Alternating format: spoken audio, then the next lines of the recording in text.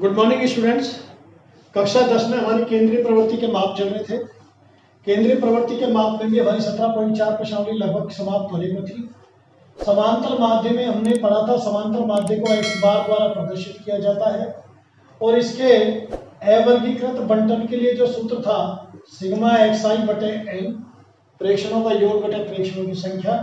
अगर यही बंटन बहुत ज्यादा बारंबारताओं के साथ और बहुत ज्यादा प्रेक्षणों के साथ हो, यानी कि बहुत बड़ा बंटन हो, तो उस समय हमारा सूत्र आ जाता था सिग्मा fi xi बटा सिग्मा fi, अर्थात किसी प्रेक्षण का मान बहुत ज्यादा बार आ रहा हो तो फिर ये वाला फॉर्मूला हमने काम में लिया था 17.2 प्रश्नावली में। इसके बाद वर्गीकृत बंटन चालू हो गए थे।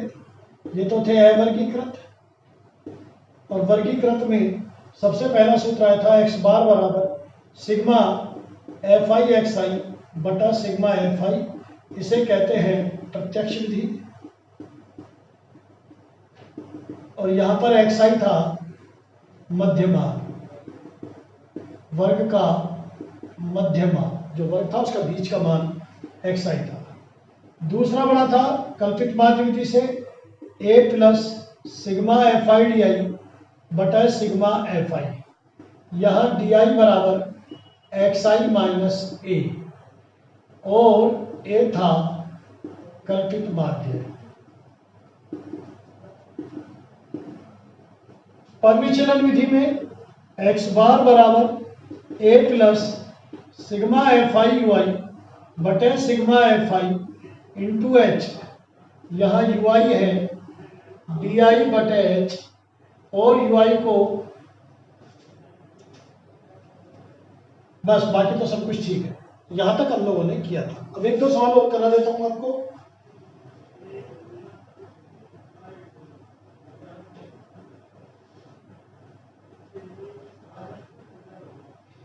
जीरो 10, 10 20, 20 30, 30 40, 40 50, 7 10 15 8,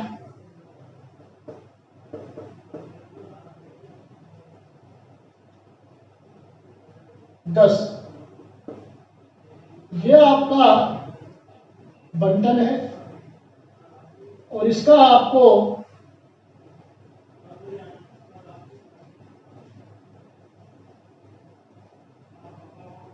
माध्य ज्ञात करना है।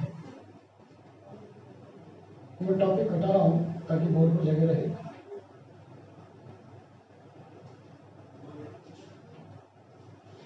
ये वर्ग हो गया और ये हो गई बारंबार। सारणी बंद बनाएंगे, खुली सारणी नहीं होगी। देखिए सबसे पहले xi, सबसे पहले तो सिग्मा fi देख लीजिए क्या आएगा। 18 15 33 10 43 50, xi बोलिए मध्यमान 5 15 25 35 45। यदि मुझे प्रत्यक्ष विधि से करना है तो इन दोनों को गुणा कर देंगे और जो भी टोटल आएगा उसमें इसका भाग दे देंगे। ये तो हुआ प्रत्यक्ष विधि। कल्पित माध्य विधि से करने के लिए d बराबर xi माइनस a।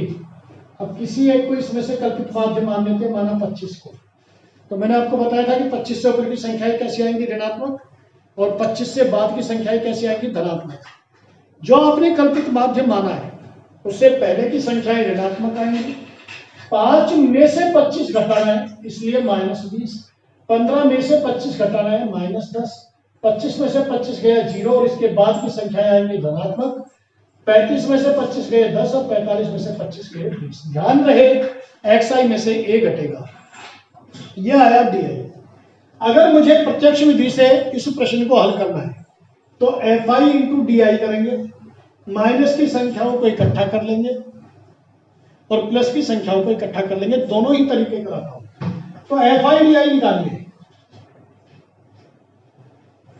माइनस के 140, ऐसे करेंगे। जल्दबाजी में कई बार क्या होता है xi ये गुना हो जाता है।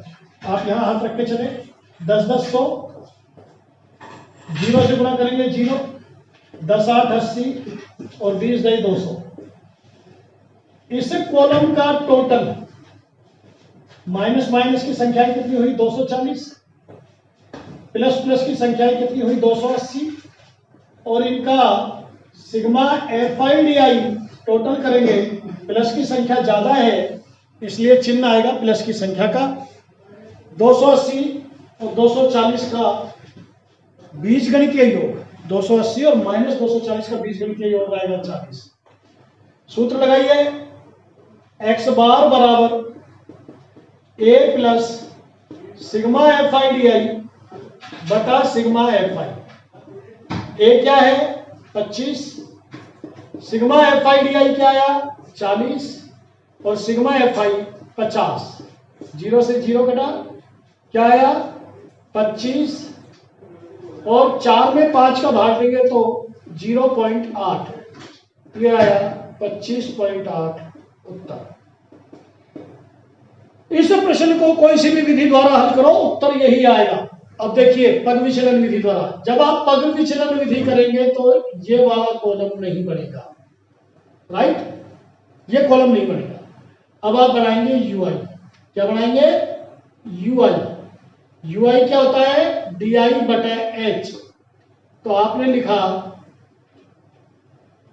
माना A बराबर 25 और H बराबर हो जाएगा 10, 10 10 का अंतर है वर्ग अंतराल में। तो बोलो 10 का भाग देंगे, यूआई क्या होता है DI बटा H। तो -2 -1 0 1 2। अब करेंगे FIUI। जिस भी विधि से सवाल हल करना हो, पग विचलन से करेंगे तो यूआई को FI से गुणा करेंगे, पग विचलन से, और कल्पित माध्य विधि से करेंगे तो DI को FI से करेंगे, और प्रत्यक्ष विधि से XI को FI से गुणा करेंगे। तो 5 दूनी 10, नहीं 7 दूनी 14, 10 एकम 10, 0, 8 एकम 8, 10 दूनी 20, यह आया 28 और यह आया 24। तो सिग्मा FIUI बराबर आया 4। सूत्र लिखिए, x बार बराबर a प्लस सिग्मा FIUI बटा सिग्मा FI। ध्यान रहे ये a यहां रहेगा।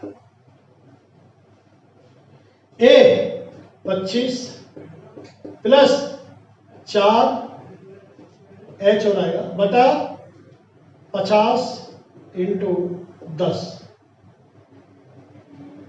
तो यही उत्तर आएगा 25.8। तो आप किसी भी विधि से करें उत्तर यही आएगा। इस प्रकार अपनी माध्यक की प्रश्नावली समाप्त हुई। अब माध्यक चालू करेंगे। माध्यक क्या होता है आपने नवी में भी पढ़ा था। माध्यक को मीडियन बोलते हैं। क्या बोलते हैं मीडियन।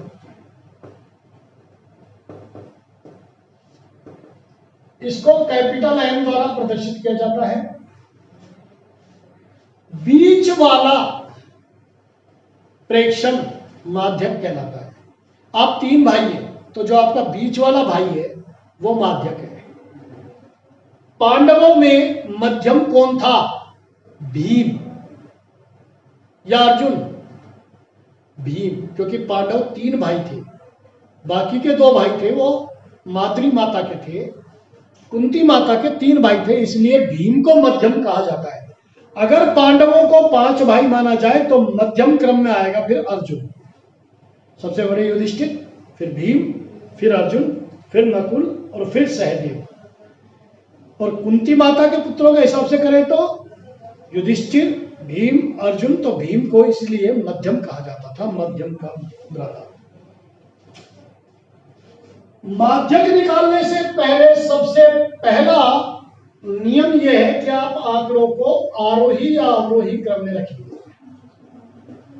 आंकड़ों का आरोही क्रम रखें, छोटे से बड़े की तरफ। फिर जो बीच वाली संख्या है वो माध्यक कहलाएगी। आरोही क्रम में प्रेक्षणों को व्यवस्थित किया जाता है। करने के बाद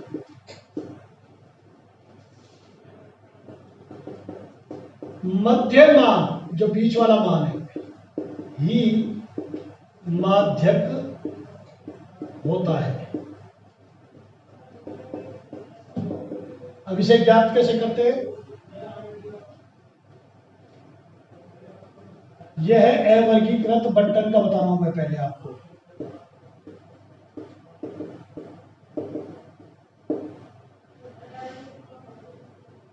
दूसरा स्टेप है हमारा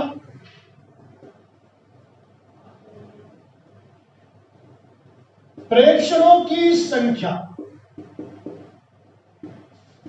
प्रेक्षणों की संख्या, यदि मैं n कहूं इसे, यदि सम है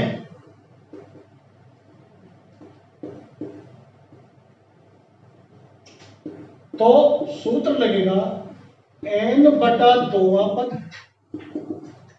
और n बटा 2 से अगलेवां पद। जैसे मान लो 20 लोग हैं तो कौन सा पद लेंगे?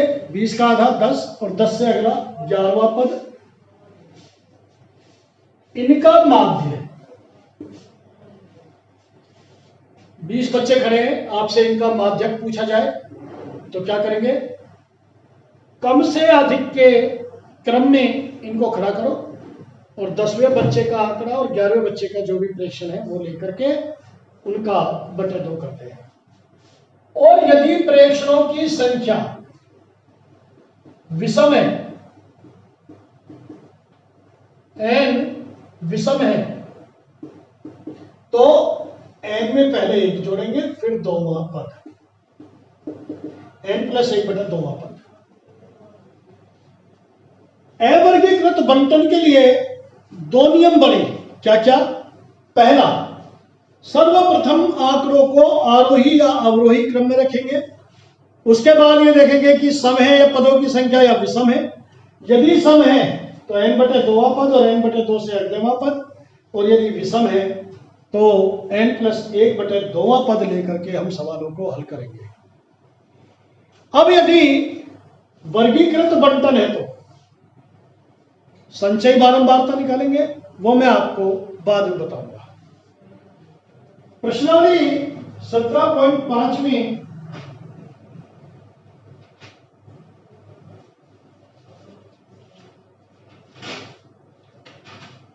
देखिए, पुरानी किताबों में 17.5 प्रश्नावली छपी नहीं थी।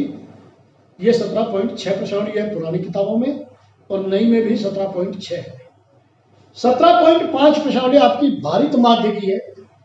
मैं ये देखूंगा कि इस साल के लिए ये प्रश्नावली कोर्स में है या नहीं, उसके बाद कराएंगे भारित माध्य। इसलिए अब आपकी प्रश्नावली 17.4 से सीधी आएगी 17.6। राइट? निम्नलिखित मानों का माध्यक ज्ञात करो, ये प्रश्न है 17.6 का पहला। मैं आज ही देखता हूं अगर कुछ 17.5 के बारे में, भारित माध्य के बारे में साइट पर डाला हुआ है तो देख लेंगे। बहुत सा कोर्स, बहुत सी प्रश्नावलियां सीबीएसई ने तो हटा दी है, आरबीएसई का मालूम नहीं, देख करके जैसा भी होगा मैं आपको करा दूंगा। 25, 34, 33, 25, 34, 33, 13, 20, 26, 13, 20, 26, 36, 28, 19, 34, 36, 28, 19 और 34। इन आंकड़ों का माध्यक ज्ञात करो। बच्चे क्या गलती करते हैं? 1, 2, 3, 4, 5, 6, 7, 8, 9, 10 विषम आंकड़े, सम आंकड़े, और सम वाला सूत्र पहले ही लगा देंगे। नहीं, सबसे पहले इसको आरोही क्रम में लगाओ। सबसे पहले कौन सी संख्या आएगी? 13, जो सबसे छोटी है। 13 के बाद देखेंगे तो 19, 19 के बाद 20, 20 के बाद 25, 25 के बाद 26, 26 के बाद 28, 28 के बाद 33, फिर 34, फिर 34, 34 दो बार है, और लास्ट में 36।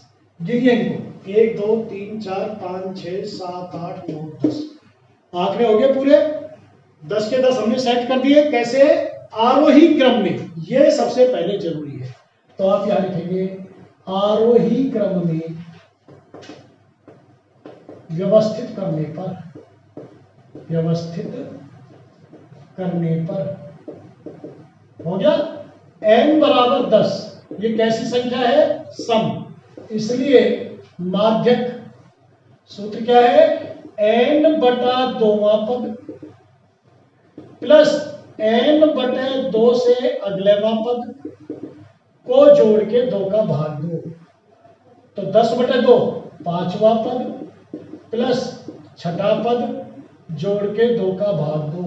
5वें नंबर पर संख्या देखो, 1 2 3 4 5, 26। छठे नंबर पर 28, जोड़ के 2 का भाग दो, उत्तर आएगा 27। ये आपका माध्यक। अगला प्रश्न आप स्वयं करेंगे, बाकी प्रश्न कल कराएंगे। Thank you very much. Now it is over for today.